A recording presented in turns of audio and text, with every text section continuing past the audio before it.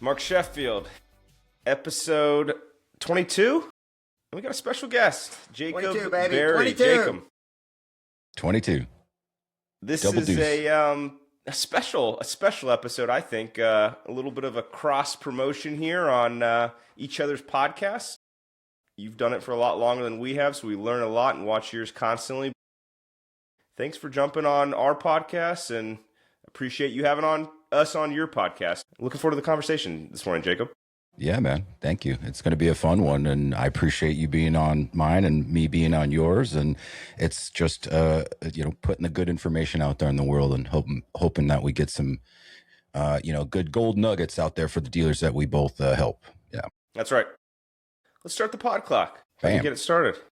Sheffield doesn't have much to say early on, so it's going to be a good day and good episode for us, Jacob.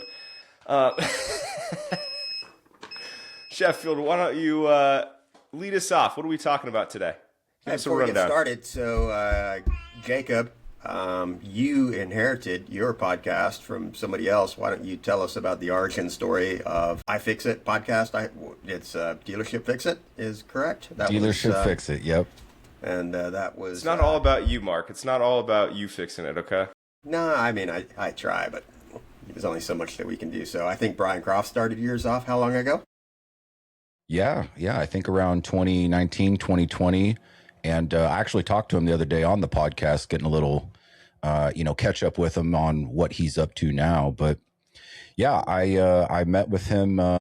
We've always kind of known each other indirectly through the different circles that we run with in this business, but never really actually shook his hand until just recently at AIM Expo, which is kind of odd. But yeah, back a couple years ago, we did a really great podcast actually talking about what we're going to talk about today, the used inventory game. And, he'd been running it for a little while and putting some really good interviews and good will out there in the world in podcast land. And then I think he wanted to take another job. And at that time, it was KTM. And I think he had a conflict of interest with doing a podcast and working for an OEM. So he gave me a call one day and he's like, hey, man, we had a really good, recording. And I think we had some really good chemistry. I think that I either got to sell this thing, which I'd like to sell to you, or I got to shut it down. And I'm like, well, how much does it cost? Or what are you selling it for? He gave me a number and I said, done. Wrote him a check and he literally financed, I financed my podcast career from there on forward. Got a microphone, a mixing board, and just kind of learned trial by fire. And it's been fun. Got to talk to a lot of really smart individuals and learn a lot. And the approach that I kind of take with this whole podcast business, if you want to call it that, even though I don't get paid for it, is I'm just curious about what other people's perspective is in this industry and really try to lead the conversation into how we can put tactics together within this format to provide for the dealers that they would actually get some benefit out of it. I wonder, awesome. Did you tell Brian that I was coming on? I haven't. No, I'm going to text him and say, hey, I got Mark Sheffield twice. Yeah, because he asked me probably 5 years ago, and I never wanted to be on a podcast, and so I was like, yeah, he just kind of didn't answer, so he's probably upset. So I'm sure he's doing just fine. He's with Hero Hub now doing his thing, and I think he's pretty happy over there. Some big things there. Similar to you, Jacob, I usually rag on Mark, but I'll give him a little kudos here. I selfishly wanted to start this and want to join forces with Mark to learn and just to soak in his knowledge and learn from him and get him to share more knowledge in video format, audio format, what have you, to the world, to the industry, because he does it so much in written form, and sometimes you can't read between the lines of what he's trying to communicate. So I wanted to learn from him and have this platform. So thanks for doing it with me, Mark. I think you asked me a shout out there. Yeah, I think you asked for more than a year before I finally gave in, but that's right. That's right. So cool. Used inventory. Where are we going? Who wants to start? I can kick this off. Used inventory is a big deal right now in many ways, but I guess just kind of with a forward, the past few years that I've been working in this industry now as a vendor and as a dealer before that, working with like hundreds of Powersports dealers, the one truth that I see keep coming back up is success in the used bike business whether you're used only or you're a franchised OEM dealer with used bikes, it's not luck. It's a process, and kind of coming up with like an expanded version of how dealers can not only get into the business of the pre-owned inventory game, but also how to manage it and keep it going, right? It takes a lot of capital, it takes a lot of effort. All departments are included in it. And so I think that's what we kind of want to break down today. And I'm really eager to hear Mark's internal experience with how he has managed this stuff. And we can kind of combine that with what I've learned on the software and consulting side of it. Yeah, I think it's a big lift for a lot of dealers. I mean, when you talk to franchise dealers, they always complain about how painful it is to work with the OEMs, to jump through all the hoops, to deal with all the requirements that the manufacturers have today. And so you start talking about used, and you're like, it literally could be the best franchise that a lot of dealers have. But I think a lot of dealers go down that road not having fully thought out what it's going to take to be a good used dealer. Ties up a lot of cash, can tie up a lot of service time, and dealers today oftentimes don't really have a lot of excess capacity in service. Got to have good processes in place to get the vehicles listed out on the inventory and get them cleaned up and get them detailed to where they look good. And having traveled across the country, there's a few different dealers who really come to mind in how they do used and who really stand out with that. I think about Del Amo Powersports out in California. You ever go to their dealership, when you walk around on the showroom floor, their used inventory is mixed in with their new inventory, and it's so clean that you'll ask, where is the used? And it's just, it's really that good. You've got Shawnee, Kyle Reid, and Randy up in Arkansas did so well with used that they actually broke it out into a separate building and run it as a completely separate operation with own sales team, own finance team. And, those guys are utterly killing it up there. Motorworks in Chicago has a great program that he has leveraged his delivery and pickup service to be able to go out and just pick up bikes from customers that he can bring on the floor and sell as used. I mean, there's just a lot of really cool dealers who have figured out how to make that model really work well for them. And even, Brian Cox at Simply Ride, started out as used only. And I don't know what level he was at when he finally picked up the Yamaha franchise, but he's still primarily a used dealer. And you go and look at his website, you can tell that he's in the used game, that he really understands it. But I've also seen as many dealers that have tried to get into it, and next thing you know, you turn around and they got 100 units that are, being held hostage in the service department that they can't get out of there, and they're wondering why they're losing money on every sale. What's interesting what's interesting of what you said about all those dealers you just mentioned, Mark, is that to my knowledge, I do know most of them and have worked with them, but to my knowledge, all of them have a specific person within the dealership just to manage the acquisition part of buying used bikes in mass, and they kind of work through the sales department and service department to make sure that it's processed through Recon. Is that kind of what you're seeing as a successful model? Having a person there? Well, I think in two ways. One is, do you have a used bike buyer? So are you just taking an inventory off trades and maybe, buying a little bit of product at MPA, or do you have somebody who's actually, dedicated to going out, has got a checkbook, can close down deals, can buy product right off the street? But then two, that other one about who is managing it inside, and is that just part of the sales manager's process, or do we actually have a new sales manager and a used sales manager, and are they equal? Does one work for the other? Yeah, I think that once you start approaching that level of 300 plus used a year, I think you really got to start thinking about carving it out and dedicating its own staff to it to make sure that it functions correctly. We have a strong used bike group. And they just sell used bikes in a couple locations, and it's phenomenal what they do with their locations. They operate just like a franchise store. What do you guys foresee for 2026 with the used inventory and maybe even profitability? Are we going to grow? Is it going to stay stagnant as Mark thinks the entire industry is going to be, or what's your predictions for this year? Ooh, Jacob, I'll let you go first, and then I'll tell you if you're wrong. It, it's definitely going to grow. The competitiveness is what's going to be the difficult part between dealers. So as more dealers step into this business, and there's a limited amount of pre-owned bikes to buy, either from wholesale market, auction is the big one to buy in bulk, or even the private seller on the curb, there's only a limited amount of bikes to go around. And so that's going to drive up price. It's going to drive up the overall acquisition cost. But the dealers who are going to use multiple sources of how they acquire their used bikes for multiple means are going to win because they got to stack their showroom with these quality pre-owned units. And so I think it's just going to be more competitive. It's going to get harder. Prices are going to go up, but there's still a lot of room and margin for these dealers to make a huge profit on these pre-owned bikes comparatively to how they're selling and retailing their new stuff. I think that we, as an industry, and I'm not proud of saying this, but I think that we kind of destroyed the used bike market for about 3 years during the pandemic.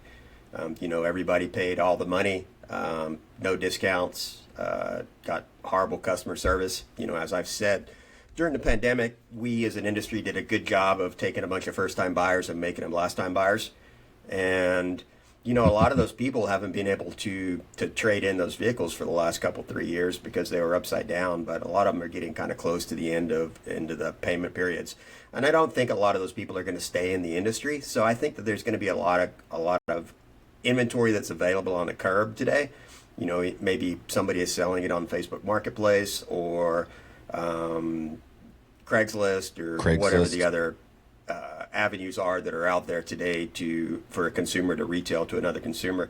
I think that a lot of dealers are going to get blocked out of that because they're not the consumer is not going to be coming back to the dealer saying, "Hey, I want to trade this thing in." They're just thinking, "I want to get out of this because it's been in my garage for 2 years. I bought it 4 years ago. It's got 300 miles on the odometer and 3 out of 4 tires are flat and it needs a battery in it." So I think there's going to be a lot of those transactions that are going to go on this year. Whether dealers insert themselves into that process or not, I don't know. And, I think the other issue is that while new inventory is cleaner today than it has been in a bit, there's still a lot of pressure from the new franchises to buy new product. And a lot of dealers, you think about a lot of the people who are operating today. When they started out, they were motorcycle dealers and they built motorcycle stores. And now we're all selling ATVs and UTVs, and these things are huge. And, Yamaha's just released the Crosswave, which is, it's almost a boat at this point in time. Trying to there's going to be a lot of dealers that can't even get that through the front door of the store. It's too big. And so, I think we're all kind of strapped for space at this point in time. And then you start saying, well, you got to buy this used inventory, especially, buy deep while you can during the off season. And it takes up a lot of space and it takes up a lot of time and energy. And I think a lot of dealers are not fully either physically or mentally prepared for what that's going to take. Question on the F&I side of things. What type of opportunity, this is my wheelhouse, that's why I'm asking this question. What type of opportunity do you guys see for the F&I office with used inventory? It's obviously historically a lot lower than new inventory, but what type of opportunity or maybe lack thereof opportunity do you guys see with used bikes, maybe in your history and in dealerships, Jacob, or just historically? I'm just curious on that. Well, I see a very good opportunity, just as good. Maybe not better, but just as good as your new stuff, right? So let's kind of break that down. The financing side of it, I mean, you may traditionally get a little higher of an interest rate or not as desirable of a term compared to a new one. But typically the overall cost of that ownership is going to be lower because it's already taken the depreciation hit, right? Most models, I'll say, right? If it's a couple years, model years old, and it's got a few mileage on it. But in terms of back end products, I see the same wide open opportunity for service contracts. If your bike is new enough, it still has the eligibility for some type of extended warranty. you've got gap, you've got tire and battery protection, especially on pre-owned bike. So, I mean, all these profit centers that you have in the back end with the F&I office are still there.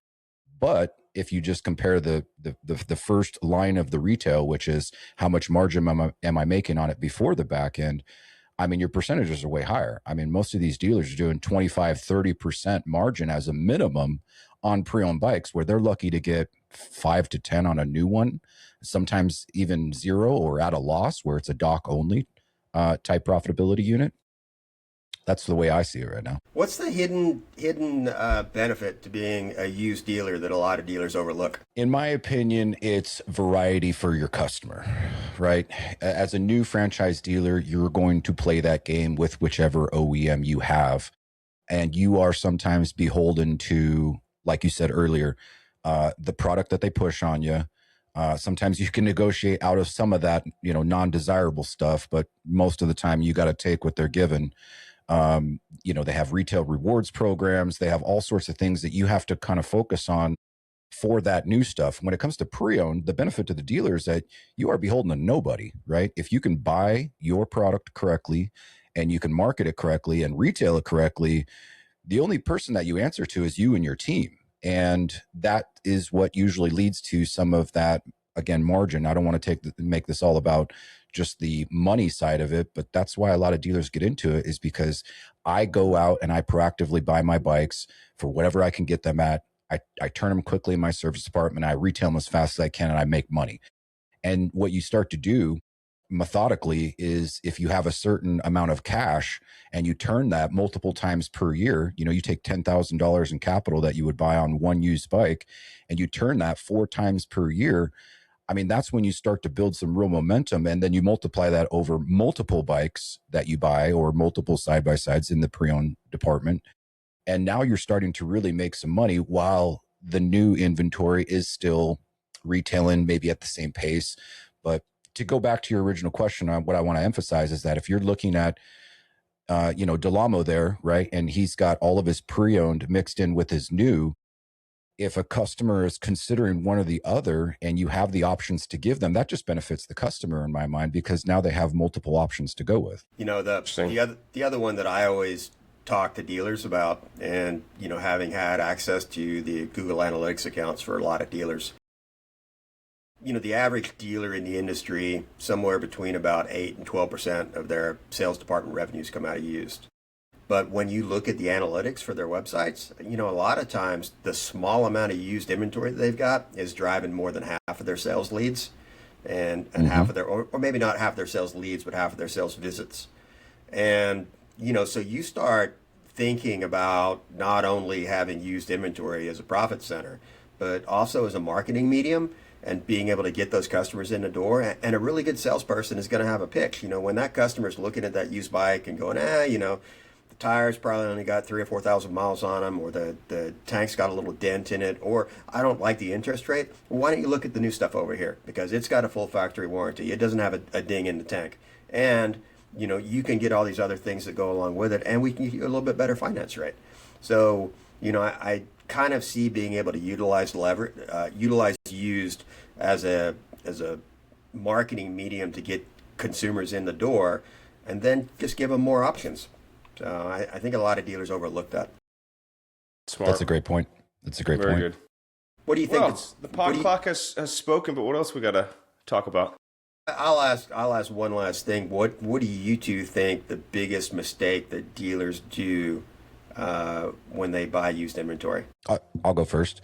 I think sourcing. Dan Kennedy, who's a very famous marketer, he always says that 1 is the loneliest number in marketing.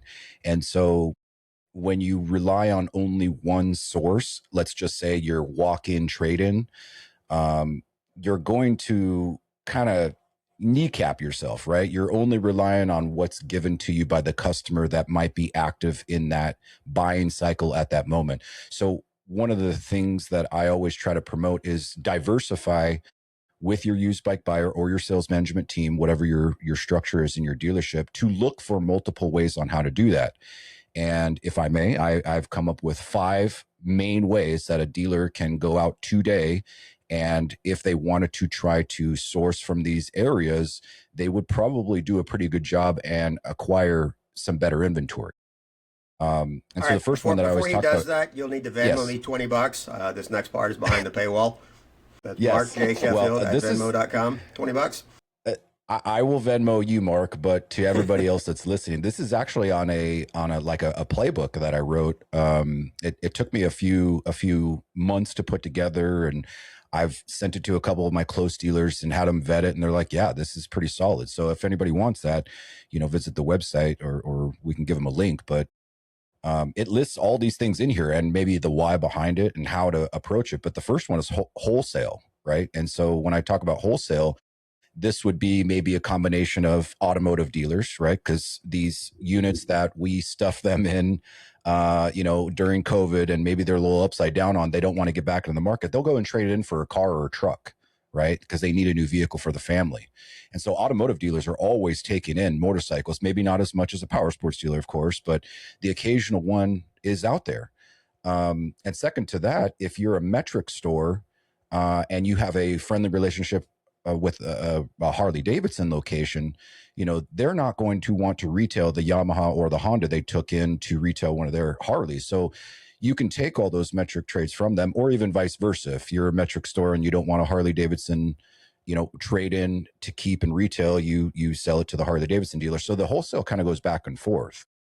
And really the best way to go about this is just simply creating a relationship with a lot of those dealers, bring them donuts and coffee and say, "Hey, I'm the buyer. Let me get all your buy bids. Anything that you take in on trade, I'll take," right? You got to be kind of vocal and in person and reminding them all the time that you are their guy. And minus the donuts and the coffee, there's really no cost to building that relationship other than the effort that you put into it. And so that's number one. Number two would be the auctions. And everybody knows NPA by now at this point, National Powersports Auction. And again, like the automotive business, Kyle, I'm sure that you've seen, you got Manheim and you've got all sorts of these auctions. The NPA is the biggest in our space. And I'm sure that there are a few local ones to those dealers that maybe they sell some motorcycles at their local automotive / powersports auction. But this is a very consistent way that you can get nice, sourced, and rated, with their condition report, pre-owned vehicles from all over the parts of the industry, motorcycle and off-road and even watercraft. And you can buy it in bulk. If you need 10 units, you can go to the next auction and buy 10 or more based upon your needs. You'll pay a little bit more for it just because it's a competitive bid process, obviously, and maybe some transportation costs and auction fees. But it's a wonderful way that you can go out and just like click the button buy, and you've got it, right? So number three, and Mark, I really want to get your opinion on this, but your service department. The average dealership is running 100 to 150 service repair orders per month. A good portion of those, or more, of course, but a good portion of those are going to be customer pay repair orders. And a good portion of those customer pay are going to be in some type of equitable situation, meaning they're several model years old. They've got, 20, 30,000 miles on it. And if you're really proactive in going back to the back of the house of your dealership and sourcing what service repair orders came in that day, looking at them, looking at model years, looking at what is being done to it, what kind of work, it's got this kind of issue, or it's just getting a service. You can really approach a lot of those service customers that have dropped off their unit with some type of equity trade-in to say, "Hey, that $1,500 bill that we're, working on in the service department right now on your 2015, whatever, why don't we take care of that? And I'll put that towards a trade-in incentive towards a new 2025. And that could be a good way to sell your new stuff by taking in a trade-in through your service department, because they're already there. You can look at it in person. That's kind of a no-brainer. And so, I don't want to talk about the car industry, but I read the Car Dealership Guy newsletter, and one of the ones that they sent out last week, the large car group, that they have moved to not buying any used inventory at the auction anymore. 100% of what they buy is through the service drive or trade-ins. It's crazy how many opportunities live there. It's right there. The customers are bringing the units to you. You're not having to badger them about paying for a used vehicle inspection or getting it in the service department. done everything for you. That opportunity sits there for a lot of, for our dealer, it's 20 units a day that are coming through. And nobody's even reaching out to those customers saying, hey, you want to trade it in, get something new. That's nuts. The one thing I would say to be cautious about, this is the only one that I'll be like, hey, maybe don't press as hard, is that when you have a good a good program and process in place for your sales department to be approaching service customers, it needs to be soft, mainly for the fact that if a guy is dropping off his unit and then all of a sudden he's hit with a bunch of sales messaging, you're going to scare him out of the service department. And he's just going to think to himself, damn, every time I bring my vehicle in for service, I'm always getting hammered by some sales guy wanting me to trade it in. So it needs to be an approachable message. It needs to be soft. It needs to be like, hey, I just wanted to offer you this. Don't worry about it. And just kind of, maybe go hands off after that. Right. Would you Okay. agree? Yeah, that's not exactly the same situation, but there's something similar going on in the power sports industry today, and that is that quite a few companies that when customers are coming to our website, that we can identify who they are, even if they're not submitting a lead form, and dealers now have access to that data, and I've seen some dealers where, the sales manager or the GM is all excited. Hey, I've got this list of people who are on our website. Let's just call them up. Let's just email them, and haven't really trained the salesperson how to talk to that customer. And you go calling the customer up, and you're like, hey, you were on our website a couple of days ago, and you looked at this and this and this. Man, you're not starting from a good spot. So there's a very specific way that you've got to deal with those leads, and it's kind of softly inserting yourself, and maybe kind of surreptitiously, almost like Amazon. It's like you looked at something 3 days ago, and then a pop-up shows up on your website a few days later. I mean, you got to be that pop-up, but you can't be in their face. And there's a lot of dealers that are doing a lot of damage today because they don't understand just how weird that looks to those consumers when they've got someone who's hitting them in the face. 100%. Yeah. You got to stay off their creep radar. Okay. Number 4, if I only got 2 more here, we already talked about it previously, the private party purchasing. So Facebook Marketplace, obviously the biggest private area that customers can list their for sale stuff. These ones are probably going to be the best when you approach somebody who listed their bike for sale. They're actively in that mindset. I want to sell this thing because they've gone through the work. All these other ones, these are you going out and approaching them. This one is, okay, I'm going to hit up this guy who's already listed his stuff. But Craigslist is still a viable area for that on the private market. OfferUp. I've even seen Cycle Trader increase their privately listed units mixed in with all the dealer units. And so just kind of keeping an eye on what's available, what's newly listed, or even better, if you can kind of catch them between, maybe the 15th and the 30th day of it being listed, you can maybe even negotiate a better deal. The point to all of it is that when you get them engaged and you're like, hey, I am a dealer, I do want to buy your bike, I literally do this for a living, you got to show up, right? Because they're going to sell it to the first person who's got cash waving in their face or willing to stroke a check at the bank for them. So you got to kind of go out to where they are at and really just kind of do the deal in their driveway. And not a lot of dealers have those types of resources to be constantly sending vehicles out to go pick up, from customers' houses, their privately sold, unit, right? You're kind of getting into a little psychology here, and there's not a lot of people in the industry who have access to the level of data that you've got. I can probably name 3 of them today. But do you, since you're analyzing kind of when inventory is being listed online through all these third parties, is there a period of time, like is it the 3rd week of the month where there's a lot more listings that are happening? Because I'm now thinking, if we're going to go out and buy inventory, are we best to figure out when most customers are paying their rent and then hitting them up a week before that? That's an interesting metric to look at. I have not looked at that based on what time of day of week, or week of month. I would say that there is probably some correlation to it, but when it comes to speaking to the dealers directly about how they should approach watching this stuff, it's just got to be a daily habitual process. I'm going to set a certain day per week or times per day throughout the week to go look at this and make sure that I'm not missing any new ones because I want to be the first to contact them, or whatever you think is the appropriate way. but it's just got to be checking it constantly and being the first. You can put alerts too. You can put alerts on all those platform alerts for certain types of bikes. I mean, you're looking for specific bikes at that point, but I mean, if you put cast a broad net out there, you're going to get alerted right when it's listed, and you can be one of the first ones if it's a bike that you really want or need. Totally. Yeah, totally. I've got one for when Kyle's searching for my name online in case he gets a little too frisky. Doesn't ping you too often. Yeah. Number 5, Jacob. Number 5. Number Typically 5, between last about one. 1 and 4 in the morning. All right. So this one's the easiest, but it does require a little bit of work on your website. And by the way, Mark, you said a lot of this is psychology, right? So the way that I kind of approach a lot of things that I do, but especially this, is a mechanical way, right? How can we get into the mechanics of how this stuff works and how it fits into this in my dealership process, but also from a psychological point, right? When you approach the people, because we are in the people business that we want to do these transactions with, buying it from them or the auction or the wholesale, there's got to be a little bit of flavor and sizzle to the approach, right? So mechanical, psychological, they kind of fit in one and the other. But what does it the best in number 5 here is going to be your website, right? You'll get more customers, probably 10 times the amount of customers visiting your website than you will walking in through your front door.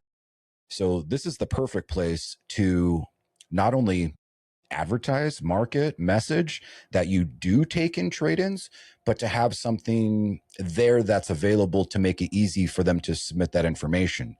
And most of them come in the form of some type of widget that gets installed on the website.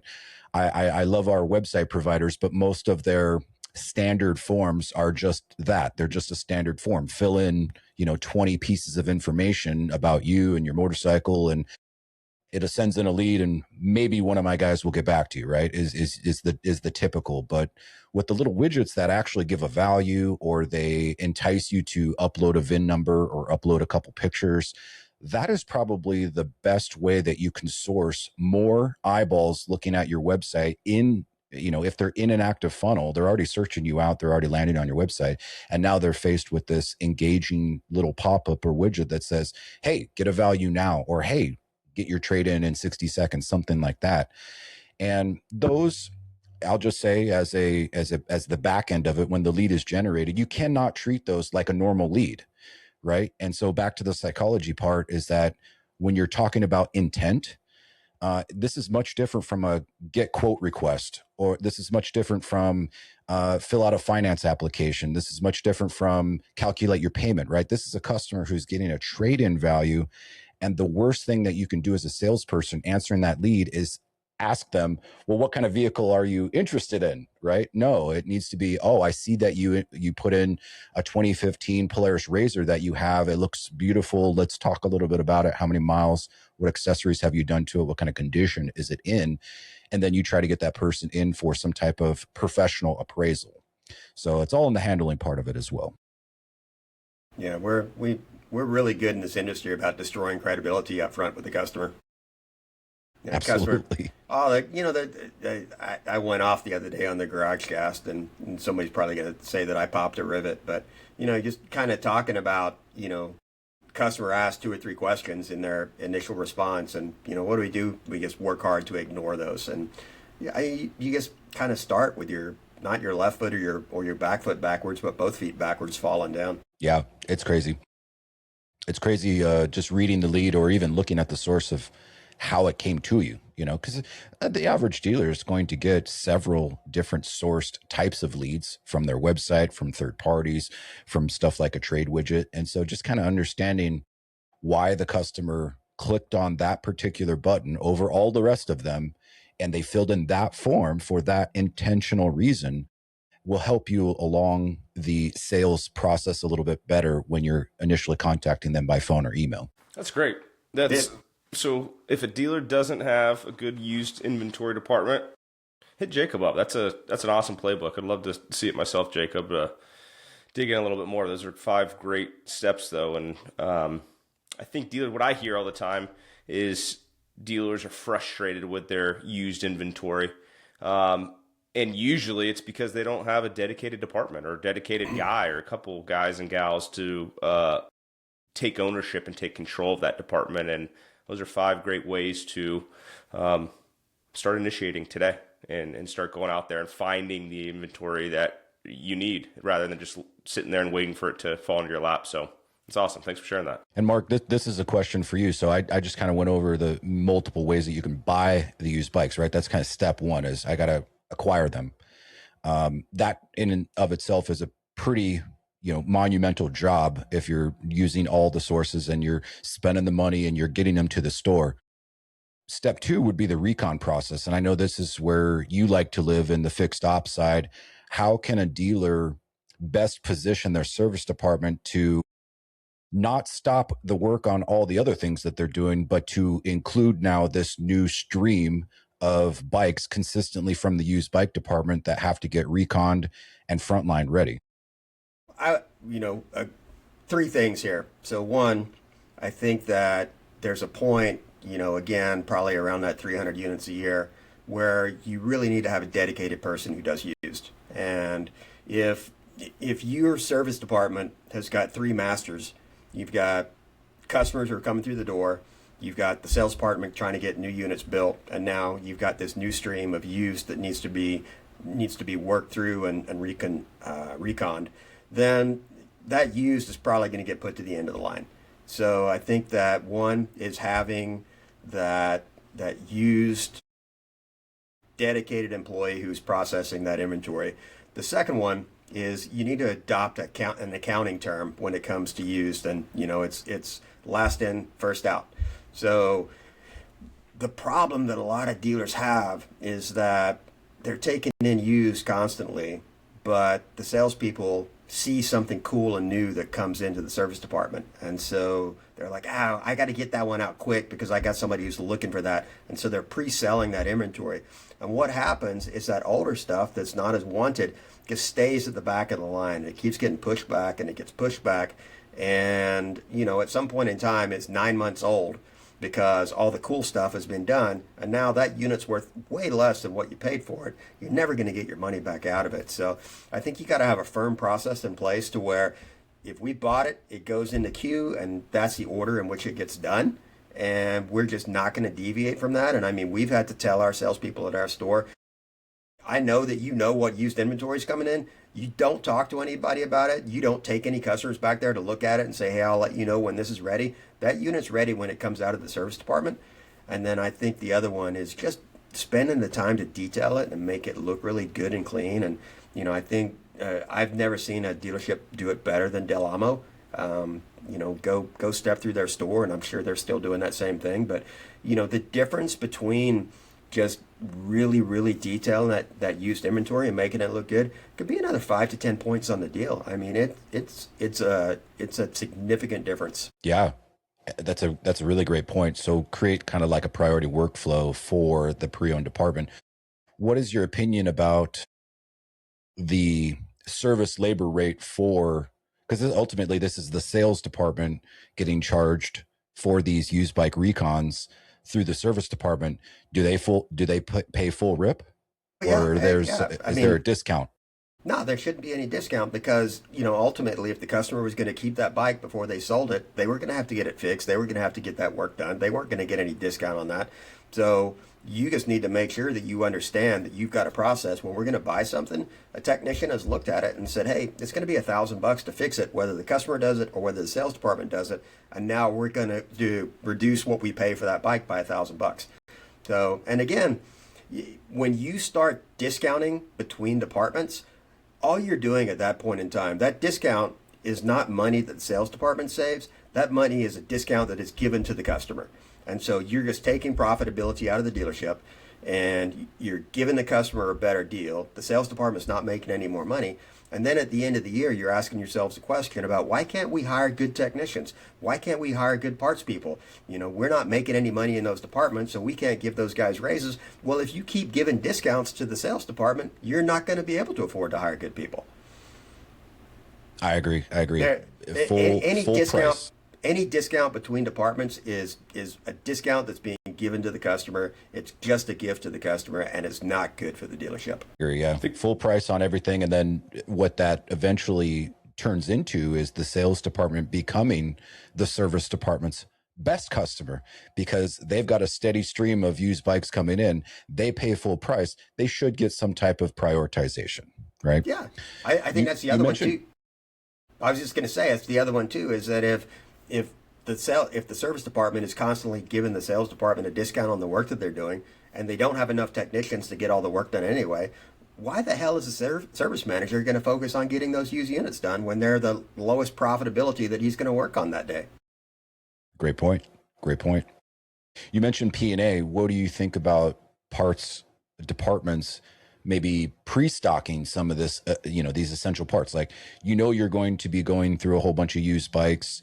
Maybe it's kind of hard to predict what used bikes you get, but, oil filters, certainly oil, tires, right? All the maintenance type items that most of the used bikes will need. What do you think about pre-stocking your parts department strictly for the used bike process? I think there's some complexity to that because, whether you're talking about a dealership who's maybe selling used bikes that they're not a new franchise for, how close is the competition to be able to get those parts and accessories? Aftermarket stuff, wheels and tires, we can get from Western Powersports or Parts Unlimited.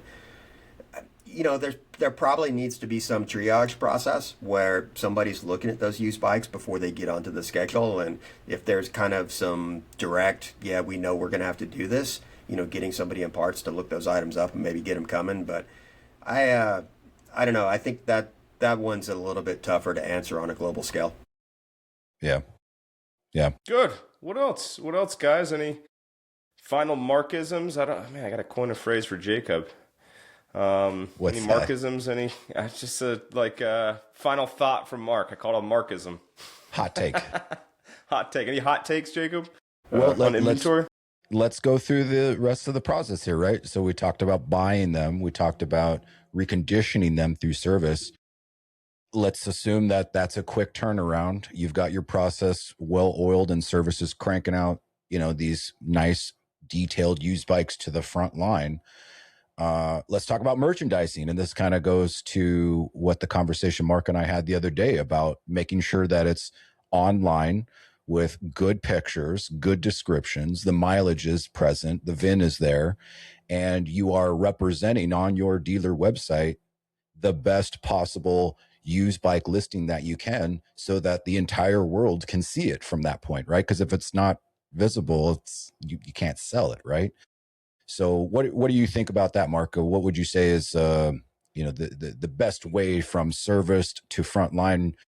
Are we taking pictures? Are we getting the frontline ready first? I mean, what is the quickest way to get that thing ready for sale? I just like at our store, we kind of have a little holding area. And when that unit comes out of the service department, it just goes in the holding area. And then we've got a guy on staff who his sole job is to take photos and to get the images online. And I know not every dealer has that. Some dealers put it down to the salesperson, but, even small things like we had another dealer that didn't really have the team of people to do that. We went to Uline online. We bought some special red tags. And when those used bikes come out of service, they put a red tag on the handlebars. And then when it makes it out on the showroom, their used bike guy knows, hey, I got to take photos of that. So, you've got, I believe in MotoHunt, your system, you've kind of got a tool that's built into there that can identify for dealers what units still have stock photos on them that need to be updated. There's lots of other tools that are out there like that. So I think it really just comes down to having a process. But, when I've looked at, I did this with a really big dealer group a couple of years ago who was having a lot of trouble with their used. And we kind of broke down all the different phases of that recon. There was, when do we buy it? When does the repair order get generated? When does the repair order get on the schedule? When does the technician first work on it? How long does it take to get through service? Okay, we've cashiered out the repair order. Now, when does it go through detail? When does it get to the sales department? And then when does it get online?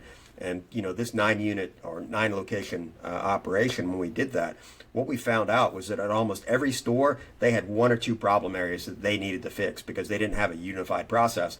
And so just by identifying where those roadblocks were, we were able to kind of tighten them up. We ended up coming up with here's a global process that we're going to use at every store. And, now they utilize that. And, I'm not going to say that it's world class at this point in time, but I think it would be rare that they've got a unit that from the day that they buy it to when it's ready to go on the website, 14 days.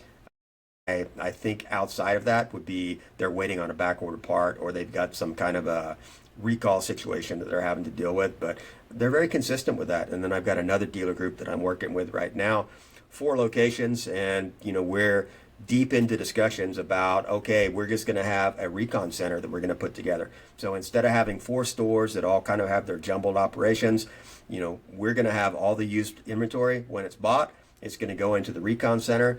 They're going to do a full recon on it. And then when that unit's available, they're going to put it out to all 4 stores. And every store is going to say, here's what I'm willing to pay for that bike. And so internally, they're going to have their own little auction. And whoever wants to pay the most for it can get it. And then they've got 30 days to sell it. That's super interesting. Yeah. Very cool. You said a couple things there. I like how the one store had some kind of visual identifier, like, hey, this one's ready. And then, that's cool that they do the auction on it. Let me ask you this. You brought it up earlier about these motorcycle dealerships, that the physical space were designed for motorcycles. And now all of a sudden, many years later, we have to house a 14-foot side-by-side, right? So when floor space is tight, what is the best showroom strategy for putting your used bikes in there? You mentioned Delamo likes to mix them in. I know a lot of other dealers, they'll have a used only section. Most dealers, tight on space, they'll put them all outside. I mean, what is the overall best way that, for visibility reasons, a dealer can stage their pre-owned bikes in their showroom and get customers to walk past them and understand this is a pre-owned bike, and the salespeople know where they all are? I think it's probably where I'd really like to go with this is probably the topic for another podcast. But that really gets back to if you're a dealer and you're really struggling with space, getting back to taking over inventory management from your vendors. And, I think that is a big problem today, is that a lot of dealers kind of get trapped into this free flooring myth that, this is good for dealers. And in the end, free flooring is never free. And so, I think that if you're a dealer that's tight on space, you got to work with your vendors to just go, hey, I know here's what you want me to stock, but here's what sells in my marketplace, and here's what I need. And I'm a good dealer. When I sell the last one, I'm going to order another one. And if you think that these are going to sell in our marketplace, you go ahead and put some in your warehouse so that you can get it to me quickly when I need it.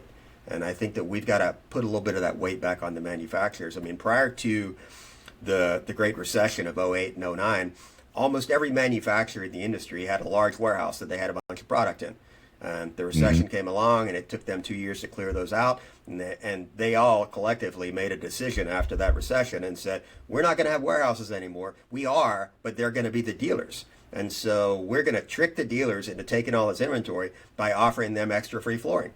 And over time, that's what's happened. And I think we've got to get back to a shared risk model where the manufacturers have got some inventory in stock. They've built some systems to where when we sell product, we can place that order and then get that vehicle in within a few days. And so I think that it's just, we're kind of at a point in time where we need to rework the industry. And I always talk about the difference between vendors and business partners. And I think we got to get back to having more partners in the industry and less vendors. More partners, less vendors. What do you guys think about, you talked a lot about pictures for used inventory. What do you guys think about videos? Absolutely. Video walkarounds. Same thing. Should you do videos for all of your used inventories, or a certain application for a video, or what do you think? My opinion on this is that pictures should be the minimum, right? So if you have a picture guy or a guy responsible for pictures, however you want to put that, the minimum is they all got to have nice, clean photos on the website. The video I will give a little bit of leniency to, because not every dealer has somebody that is willing to put themselves on camera with the bike or with the unit. And plus, it just takes a lot more work, right?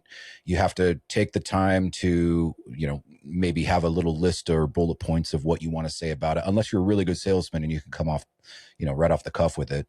But to upload that to something, because you can't upload them directly to the website. They just don't have the capacity for that. You have to upload them to YouTube, and then YouTube, you link it to the website listing. So there's a little bit more involved in it.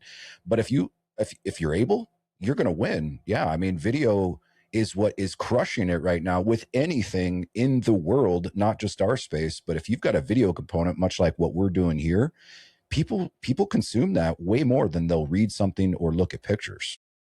Yeah, And if a customer inquires about that on the website, I mean, you can inquires about that bike, you can shoot them off that link to that video and say, hey, here's a more in-depth walk around. There's a really great dealer that I work with, that every lead they get, it's a Harley dealer, so they're not getting a super high volume of leads compared to the metric stores.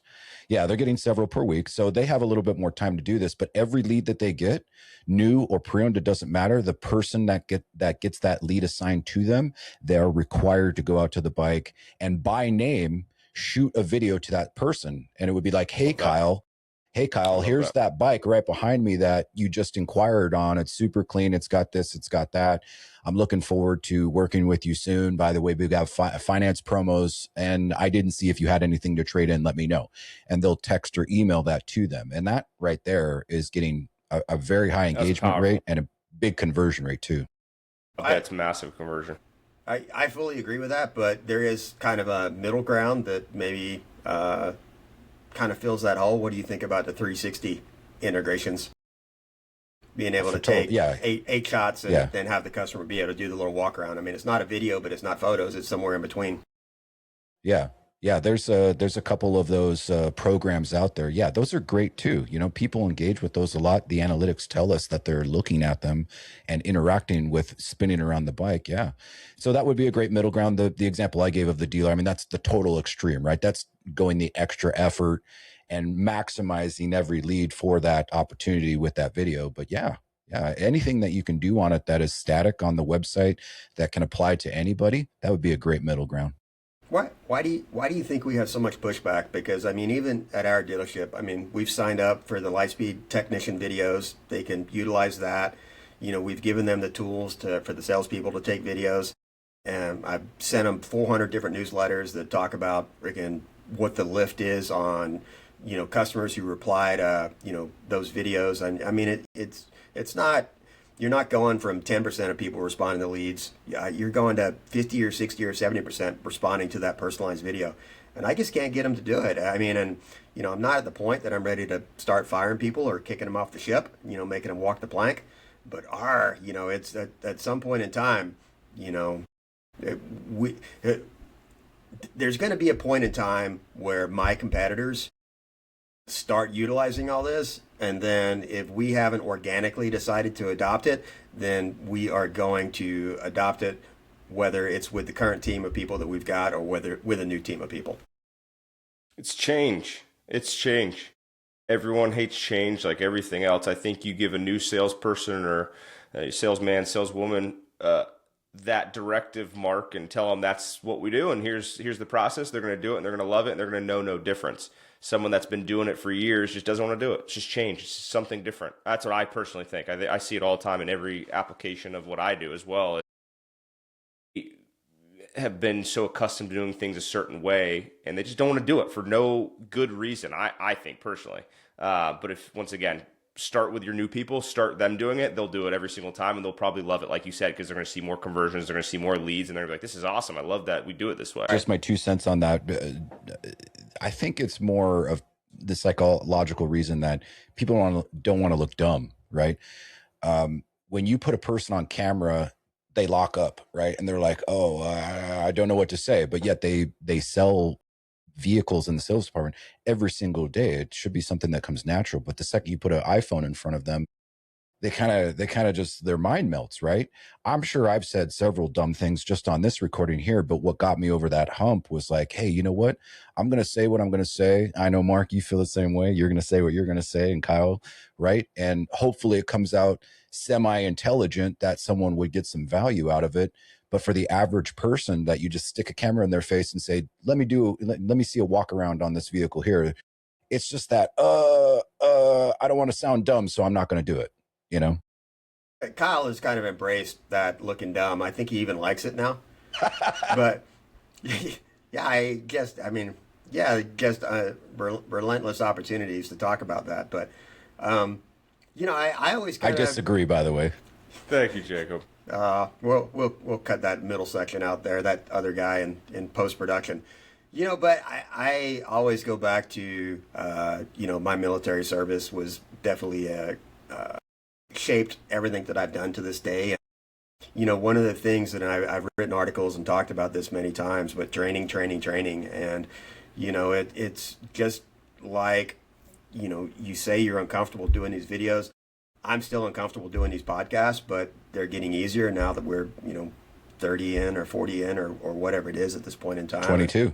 Yeah, you know, I'm trying to make me saying a little bit less of a drinking game at this point in time, because it was costing some people their livers. But, you know, I think that just like you talked about, you know, it's uncomfortable for salespeople. I think you just got to force it and say, you know what, because this is the program and you got to do it. And you're going to feel stupid doing it for the first 100 times, but then it's going to get a little bit easier. Lead by example, Mark. Have you done it at your store yet and showed them how to do it? I share my videos with them, and I don't like hearing myself speak online, but you know, I share content with them, and you know, they know that they get talked about all the time. I'm proud of what our team has done. I guess, you know, my frustration is always that, you know, my exposure to a lot of really good minds in the industries brings a lot of good ideas to me, and maybe not all of them are going to work for us. And I still take a lot of that stuff back to the guys. And I mean, I remember 7-8 years ago when somebody presented the BDC concept to me, and I was like, oh, this is going to change the world. And I went back and I'm like, we got to do this. And, you know, now, you know, 8 years later, you read my last post, you know, BDCs are dead. I've been saying that for the last couple of years. It was a failed concept. And, you know, so I'm open to try new things. I think I'm way more open to try new things than my team is, and just trying to bridge that middle ground and figure out, you know, how do we do some things? You know, we're going to make some mistakes. I mean, you know, I'm taking Jacob's new Moto Hunt program for a test drive right now, and you know, some of the guys are already pushing back against another website we got to log into and something else we got to try. But we're just going to keep trying new things, and you know, over time, you find some things that work. I mean, I remember the day that we turned on Revable at our store, and the guys were kind of bitching about how hard it was to fill out a credit application, but I bet you today that if I went back to the store and told my finance managers that we were turning off Revable and they were going to have to go back to filling out credit applications by hand, one of them would probably book a flight out here to Virginia and put a bullet in me. This has been awesome. This has been awesome. In hindsight, I wish I would have set the pod clock a lot longer than 15 minutes. That was a rookie mistake there. But to end this, I want from each of you guys one word or one phrase, one sentence of the state of used inventory in the powersports space. One word, one sentence, one phrase from each of you. Let me start with you, Jacob. Manage the metal, not the emotion. That's great. Mark. I don't have like a cool Dr. Seuss quote like Jacob does. That was good. That was strong. Yeah, you know, the bed in red is dead. You know, I think my piece to that, though, and a lesson that I learned. Said one sentence or one phrase. You didn't set the pod clock, so I've got unlimited, infinite time to ramble on. Lesson I learned from a dealer out in California, not Del Amo, but a really smart dealer, does about 600 used a year. And one of the things that I like the most about his process is that when he puts a used bike up on his website, for the first 10 days, 2 weeks, it's usually $1,500 to $2,000 more than he wants to actually have it on his website for. He just, sometimes there's somebody looking for that particular model, that particular bike, and they will sell it. And so there's other people that look at that inventory and they're like, hey, I'm going to, bookmark this. I'm going to come back and look at it a couple weeks, 3 weeks from now. And they come back 2 or 3 weeks later and it's $1,500 cheaper. At that point in time, it's market rate, but the consumer thinks that, hey, it's gone down in price and they're going to buy it. It's one of the best tricks that I've seen. You got to manage your inventory, but it works amazingly well. And that dealer, probably second or third highest used margin that I've ever seen on used inventory. That's awesome. That's great. There's been a lot of fantastic tips and feedback and playbooks that Jacob shared. Thanks for all the information. Jacob, thank you for joining the podcast. Thanks for the time. Mark, as always, appreciate it. Looking forward to posting this one because this is it's got a lot of good nuggets, a lot of good information. So I'm excited for people to listen to it and hopefully dealers to implement some of these processes in their store. So appreciate it. Thanks all for joining us. Have a good one. Bye, everybody.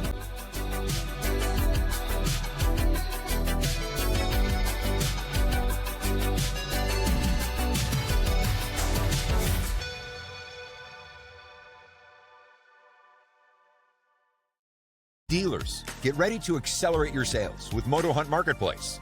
For a limited time, we're offering a free trial to Powersports and motorcycle dealers to showcase your inventory where it matters most.